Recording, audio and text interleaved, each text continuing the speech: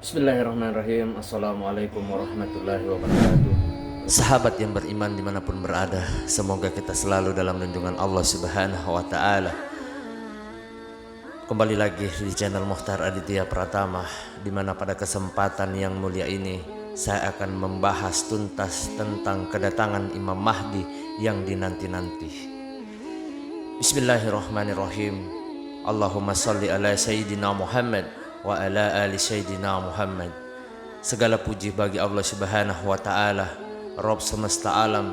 Salawat dan salam kepada Nabi Muhammad sallallahu alaihi wasallam, keluarga dan para sahabatnya, dan orang-orang yang mengikuti mereka hingga akhir zaman. Sahabat yang beriman dimanapun berada, hari kiamat dan hancurnya dunia adalah suatu hal yang pasti. Keyakinan ini sudah semestinya menjadi akidah seorang muslim. Allah Subhanahu wa Ta'ala berfirman, Allah mengatur urusan makhluknya, menjelaskan tanda-tanda kebesarannya supaya kamu meyakini pertemuan dengan Rabbmu.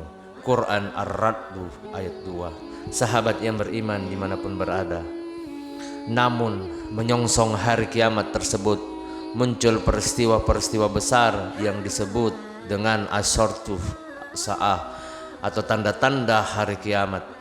Para ulama pun menjelaskan bahwa tanda-tanda kiamat itu ada dua macam, yaitu tanda sughra atau kiamat kecil dan tanda kubro atau kiamat besar. Dan sebenarnya dapat pula tanda tersebut dirinci menjadi 4 macam.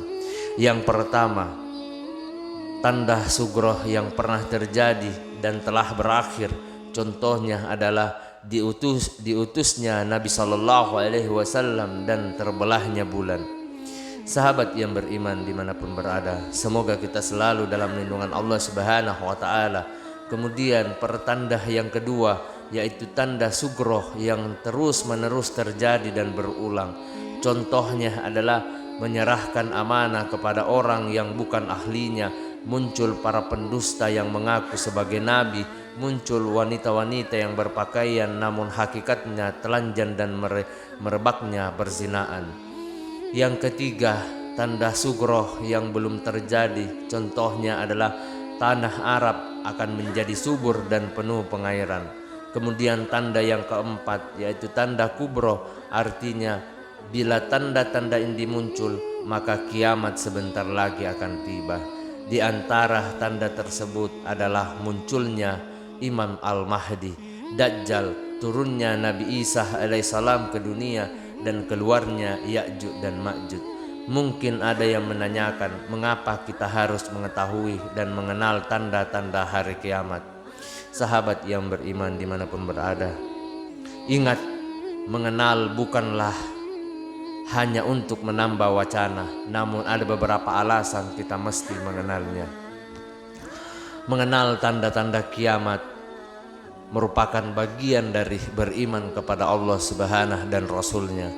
Karena sebagaimana mungkin seorang hamba dikatakan beriman kepada Allah Subhanahu wa Ta'ala dan Rasulnya, namun tidak membenarkan berita keduanya. Padahal Allah Subhanahu wa Ta'ala telah berfirman, kitab Al-Quran ini tidak ada keraguan padanya, petunjuk bagi mereka yang bertakwa, yaitu mereka yang beriman kepada yang gaib. Quran Al-Baqarah ayat 2 sampai dengan 3. Sahabat yang beriman dimanapun berada, mengenal tanda-tanda tersebut juga merupakan bagian dari rukun iman, yaitu beriman kepada hari akhir.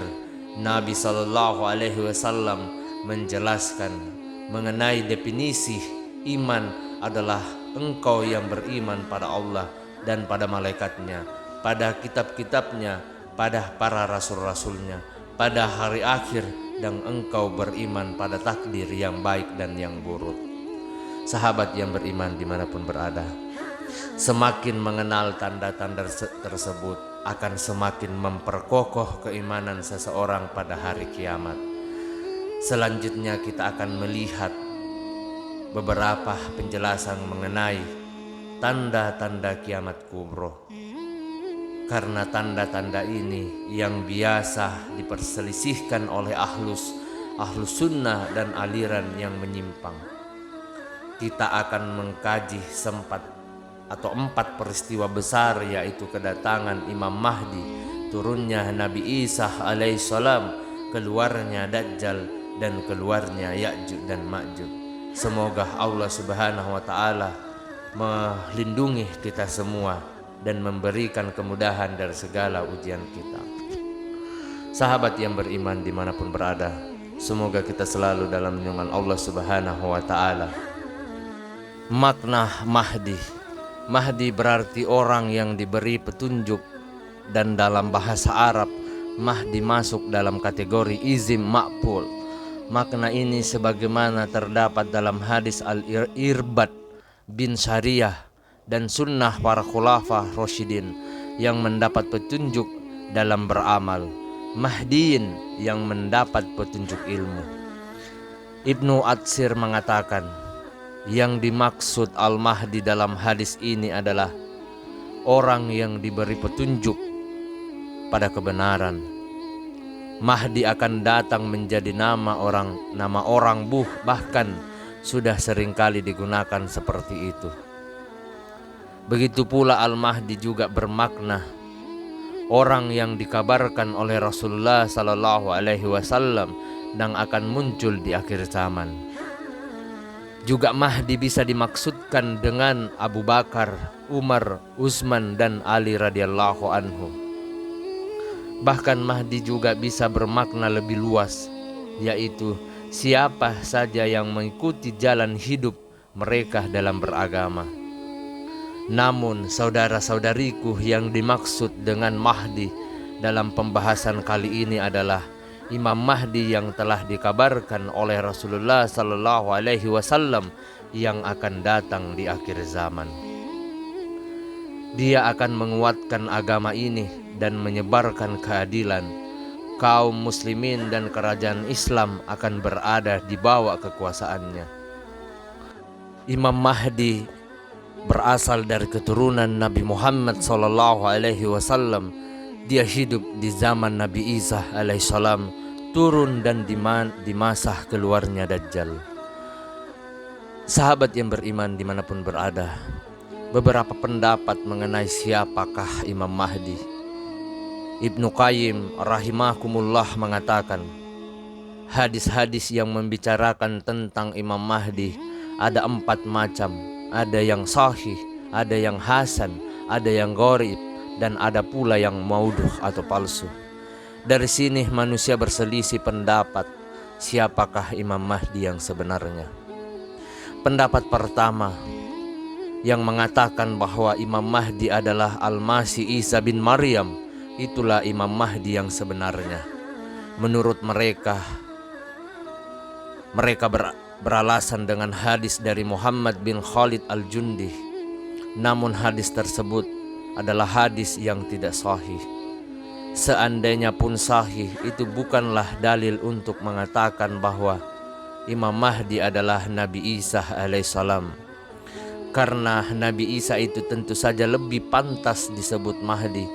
Mengapa? Karena asal makna Mahdi adalah yang diberi petunjuk. Imam Mahdi itu sendiri, Nabi Isa itu diutus sebelum Rasulullah sallallahu alaihi wasallam, dan beliau akan turun lagi menjelang hari kiamat. Sebagaimana pula telah diterangkan dalam hadis yang sahih dari Nabi sallallahu alaihi wasallam bahwa Nabi Isa alaihissalam akan turun di Menara Putih sebelah timur Damaskus. Isa pun akan turun dan berhukum dengan kitabullah Al-Quran. Beliau akan membunuh orang Yahudi dan Nasrani, menghapuskan jizyah, dan akan membinasakan golongan-golongan yang menyimpan. Pendapat yang kedua, Imam Mahdi adalah pemimpin di masa Bani Albas, dan masa tersebut sudah berakhir. Namun hadis-hadis yang membicarakan hal tersebut, seandainya sahih, itu bukanlah dalil bahwa Imam Mahdi yang memimpin Bani Al-Abbas adalah Imam Mahdi yang akan muncul di akhir zaman. Ibnu Qayyim mengatakan, dia memang Mahdi, atau karena asal makna Mahdi adalah yang diberi petunjuk, namun dia bukan Imam Mahdi yang akan muncul di akhir zaman.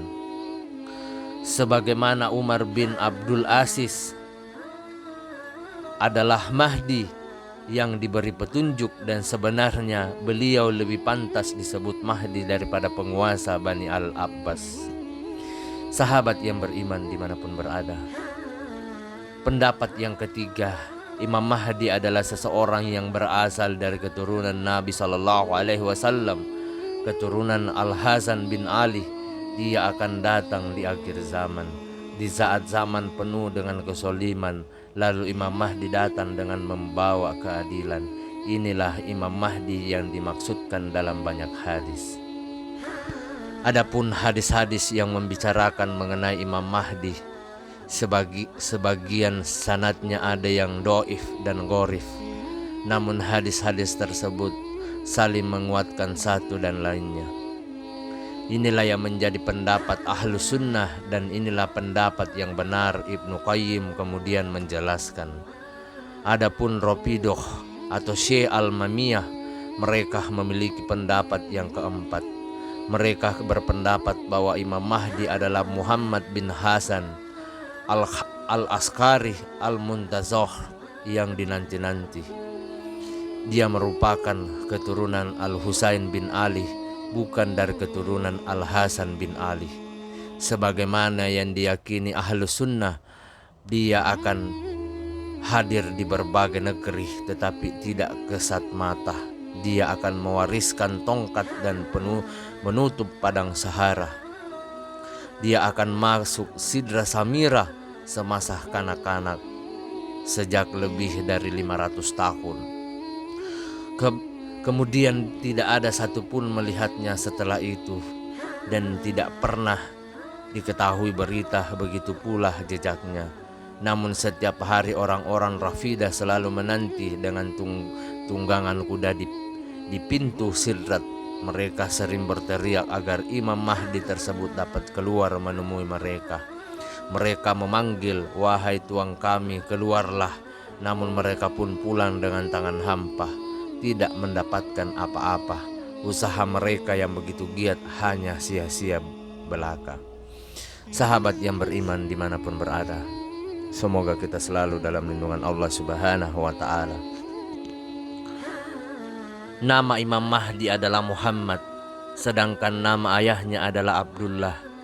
Jadi nama Imam Mahdi dan nama ayahnya sama dengan Rasulullah sallallahu alaihi wasallam.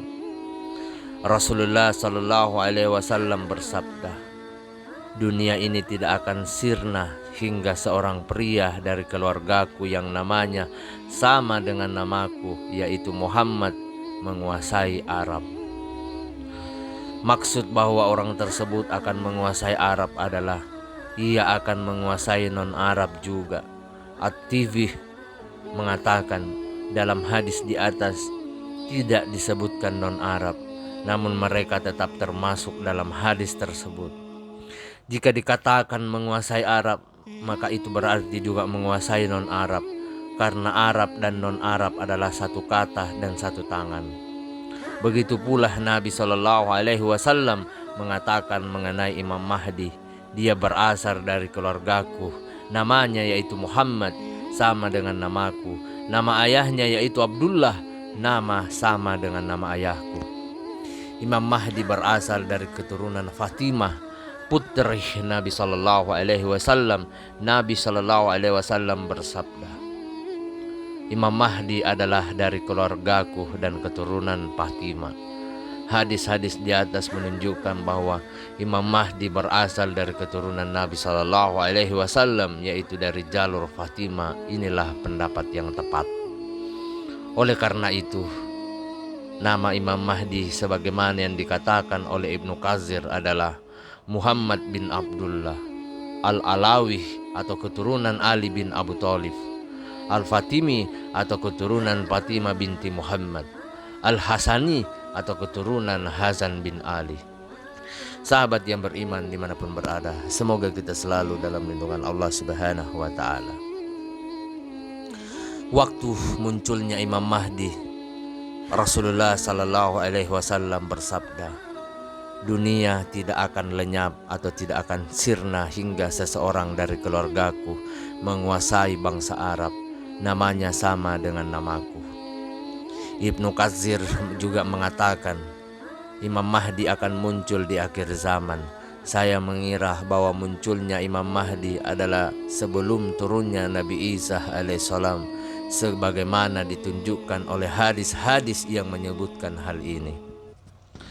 Sahabat yang beriman dimanapun berada, adapun sifat fisik Imam Mahdi dari Abu Sa'id Al-Khudri, Nabi Sallallahu Alaihi Wasallam bersabda, Imam Mahdi adalah keturunanku. Dahinya lebar atau rambut kepalanya bagian depannya tersingkap, dan hidungnya mancung. Al-Khorih dalam mengatakan, hidung beliau tidaklah pesek karena bentuk hidung semacam ini kurang disukai.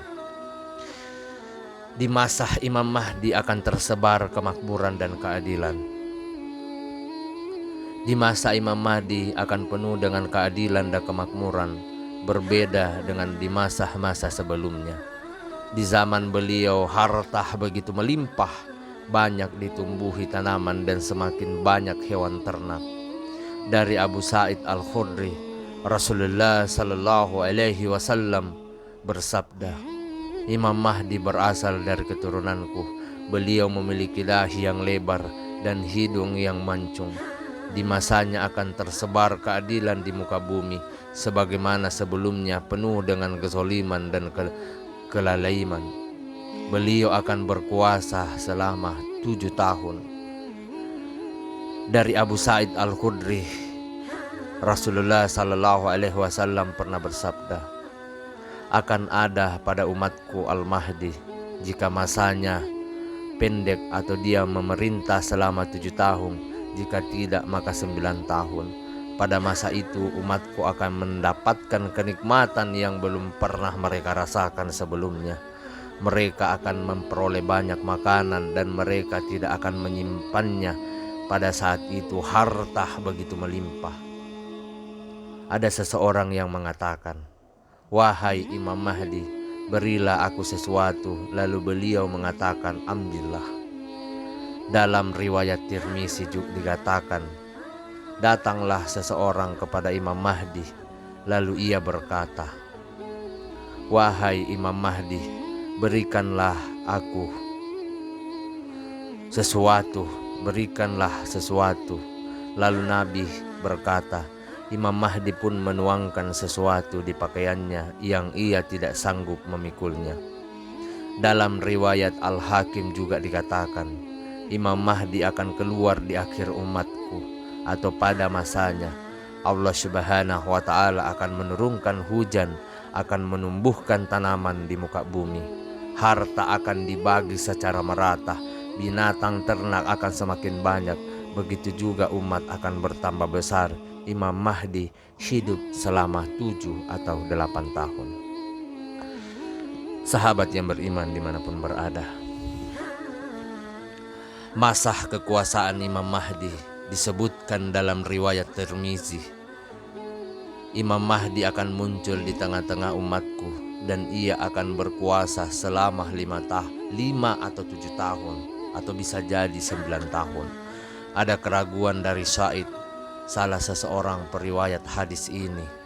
Al-Mubarakfuri menjelaskan dalam riwayat dari Abu Sa'id Al-Khudri, dalam Sunan Abu Daud disebutkan bahwa Imam Mahdi berkuasa selama 7 tahun dan tidak ada keraguan sama sekali dari perawi. Begitu pula dalam hadis Ummu Salamah disebutkan pula bahwa Imam Mahdi akan berkuasa selama 7 tahun. Di sini juga tanpa disebutkan adanya keraguan dari perawi dan dari sini. Hadis yang menggunakan lafaz tegas lebih didahulukan daripada lafaz yang masih ada atau syak atau keraguan. Dari perawi dari sini hadis yang menggunakan lafaz tegas lebih didahulukan daripada lafaz yang masih sahih atau keraguan.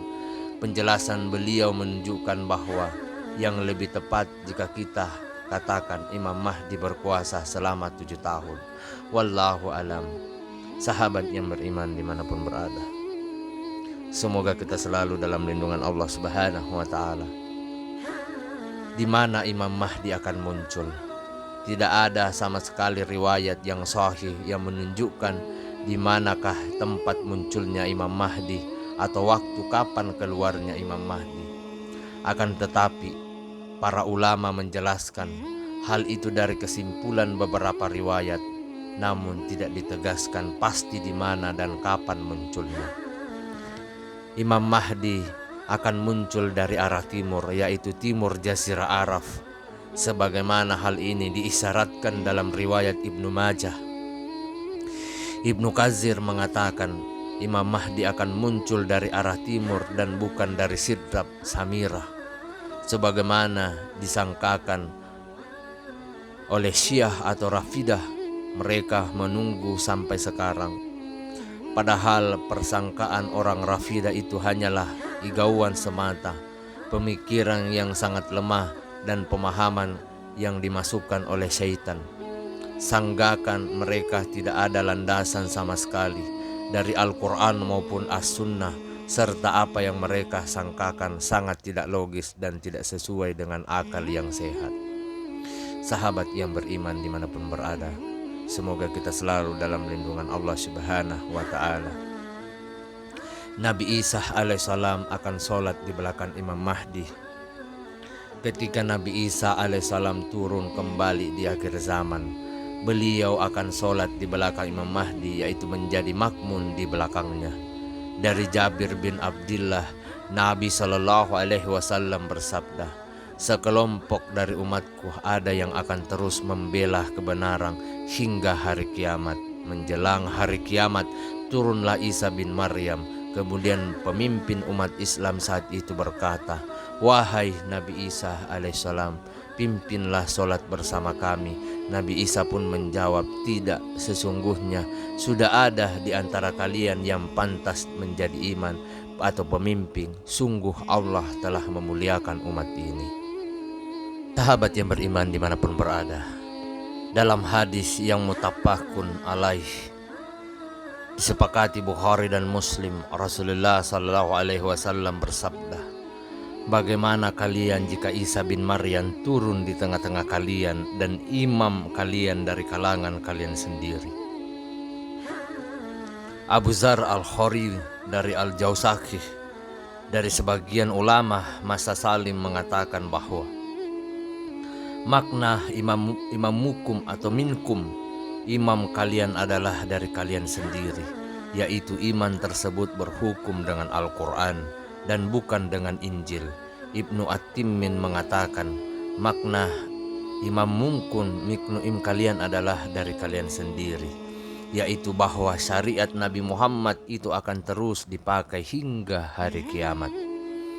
Ringkasannya, maksud penjelasan di atas bahwa Imam Mahdi adalah sebagai imam atau pemimpin kaum muslimin ketika itu, termasuk pula Nabi Isa alaihissalam. Beliau akan bermakmum di belakang Imam Mahdi. Beliau pun akan mengikuti syariat Islam. Sahabat yang beriman dimanapun berada, riwayat yang membicarakan tentang Imam Mahdi adalah mutawatir. Mutawatir secara bahasa berarti berturut-turut atau tatabuh.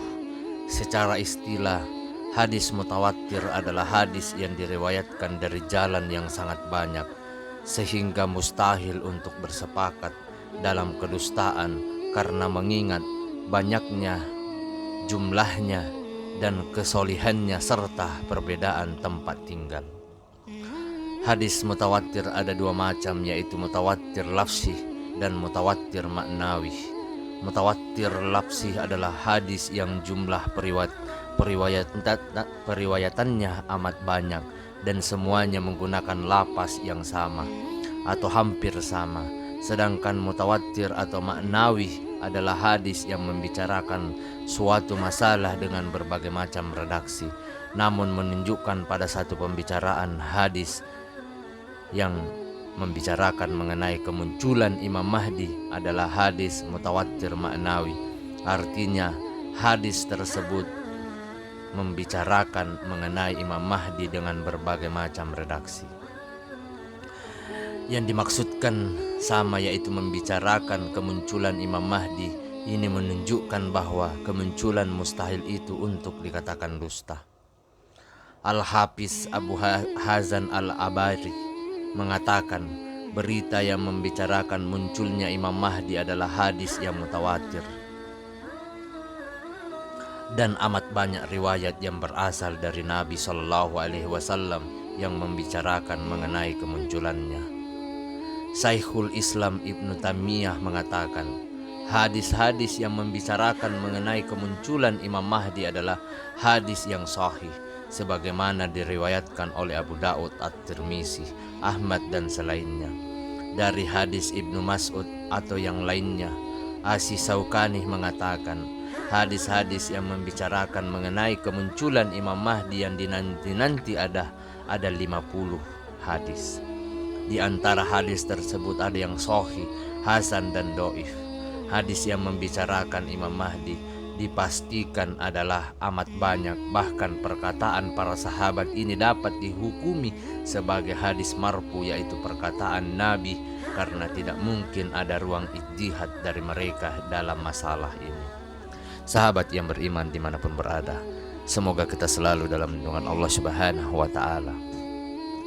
Siddiq Hasan Khan, ulama India dan merupakan murid Asy-Syaukani, mengatakan hadis yang membicarakan mengenai kemunculan Imam Mahdi dengan berbagai macam periwayatan adalah amat banyak, bahkan sampai derajat mutawatir maknawi. Hadis-hadis yang membicarakan hal tersebut disebutkan dalam berbagai kitab sunnah dan selainnya, juga dalam berbagai mu'jan dan kitab musnad. Sahabat yang beriman dimanapun berada, demikianlah pembahasan tentang mengenai Imam Mahdi atau kedatangan Imam Mahdi yang dinanti-nanti. Semoga apa yang saya sampaikan pada kesempatan yang mulia ini bisa bermanfaat untuk kita semua. Mohon maaf apabila ada salah kata ataupun ucapan dalam video ini.